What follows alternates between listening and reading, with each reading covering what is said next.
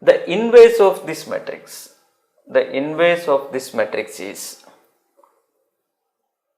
so to find the inverse, Cayley-Hamilton theorem is best, right? So otherwise we have to calculate complete cofactor matrix and we have to check with option, very dangerous, right? So what is Cayley-Hamilton theorem says, if characteristic equation of this is 0 minus lambda, determinant a minus lambda is equal to 0. That means 0 minus lambda, 0 minus lambda, 1, 1, 1.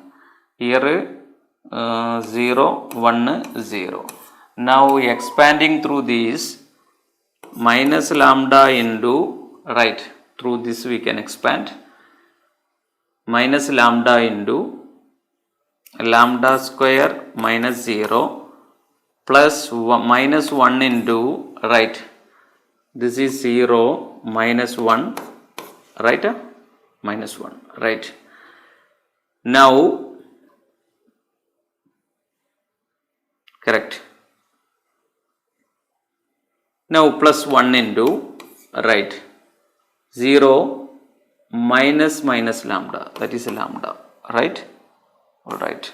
Then by expanding this, what I get, lambda cube, right, minus lambda cube plus 1 plus lambda equal to 0. That means lambda cube plus minus lambda minus 1 is equal to 0.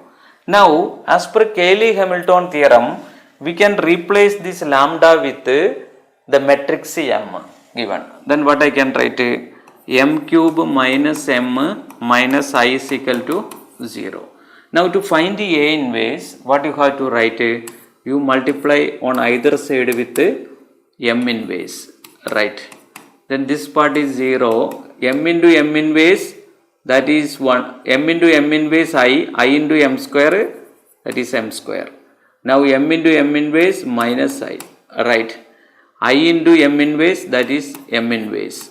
Then m inverse is equal to m square minus I. This m inverse you take to this side, then you will get a m inverse is equal to m square minus I. Then which is the option?